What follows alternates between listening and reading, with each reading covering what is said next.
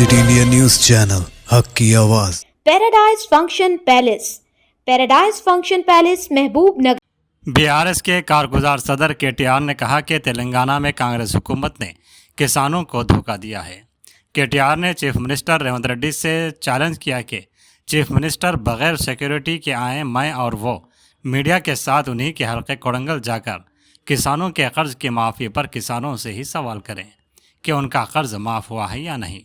अगर कोई एक किसान भी कहे कि कर्ज माफ़ हो चुका है तो मैं उसी वक्त मेरे ओहदे से मुस्तफ़ी हो जाऊंगा।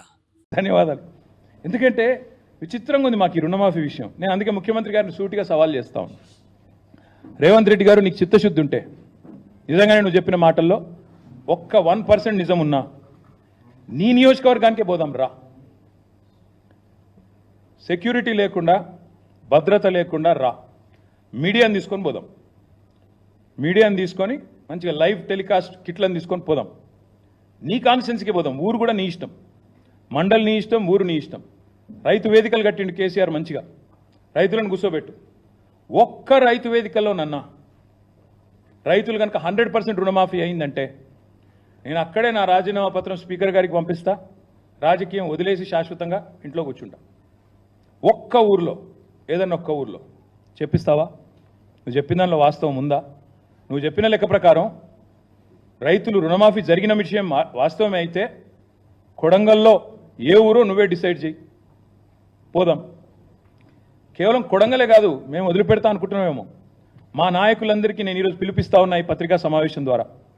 రాష్ట్రంలోని ప్రతి నియోజకవర్గంలో మేము చాలా ఊర్లు తిరుగుతాం ఇప్పటి నుంచి.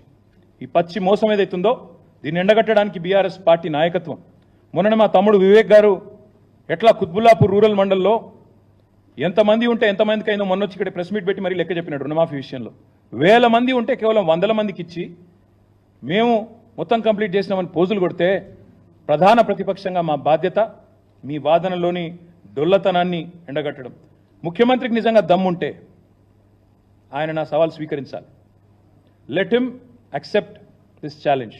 కొడంగల్ పోదాం, లేదా నీ ఇష్టం ఉమ్మడి పాలమూరు ఏ కాన్స్టిట్యున్సీకైనా పోదాం, నీ ఇష్టం.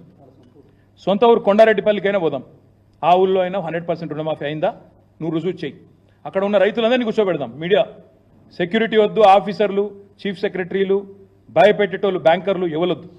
మీడియా నువ్వురా, నేను వస్తా మా పార్టీ నుంచి రైతులతో చెప్పిస్తే అక్కడనే మీడియాకి నా రాజీనామా ఇచ్చి రాజకీయ సన్యాసం. మళ్ళీ మీరు నా ఇంటర్వ్యూ కూడా మళ్ళీసారి ఇవ్వాల్సిన అవసరం ఉండదు, మీకు కూడా బాధ ఉండదు.